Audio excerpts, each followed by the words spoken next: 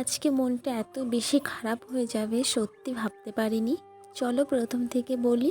দুপুরে ঘুমিয়েছিলাম, হুট করে মা ডেকে বলল তো দিদিভাই বাড়িতে চলে যাবে। আমি তো পুরো অবাক হয়ে গেছি, কারণ দিদিভাই আজকে বাড়িতে যাওয়ার কথা ছিল না। হুট করে জিজু কল করে বলল যে রেডি হও, তোমাকে নিতে আসছি। যেহেতু শ্বশুর বাড়িতে গিয়েছে, যখন ডাকবে তখনই তার বাড়িতে যেতে লাগবে, এখন আর নিজের ইচ্ছা মতন কিছুই করতে পারবে না। তারপর এখানে আমি সোনাকে রেডি করিয়ে দিচ্ছিলাম। সোনা তো বাড়ি যাবেই না, অনেক কান্না করছিল। তারপর সোনাকে এই লেহেঙ্গাটা আমি দিয়েছিলাম, যেটা পেয়ে সোনা অনেক খুশি হয়েছিল। তারপর বাড়ি যাওয়ার জন্য রাজি হয়েছিল। আর এই লেহেঙ্গাটা আমিই বানিয়ে দিয়েছিলাম আমার সোনাকে। তো লেহেঙ্গাটা পেয়ে অনেক বেশি খুশি হয়েছিল। তারপর বলতে বলতে জিজু চলে আসছে। আর এখানে আমার দিদিভাই মন খারাপ করে দাঁড়িয়ে আছে।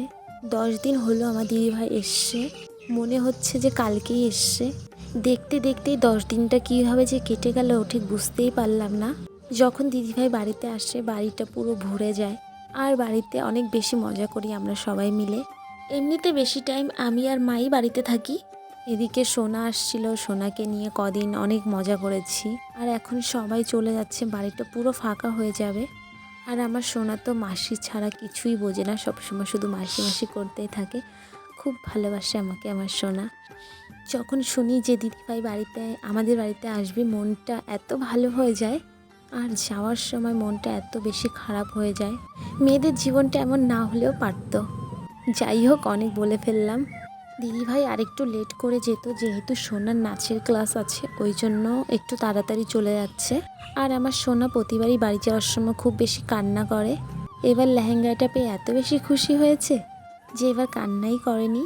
তারপর এদিকে আমাদের টাটা বলে সোনা চলে যাচ্ছিল বাড়িতে। এত বেশি মন খারাপ লাগছিল কি বলবো আর।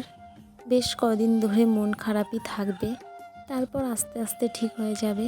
তারপর এদিকে আমরা রাস্তায় দাঁড়িয়েছিলাম, দিদিভাইকে দেখছিলাম। আর মা দাঁড়িয়ে দাঁড়িয়ে তো কান্না করে দিয়েছিল। ঠিক আছে, তাহলে আমি আসি, বাই।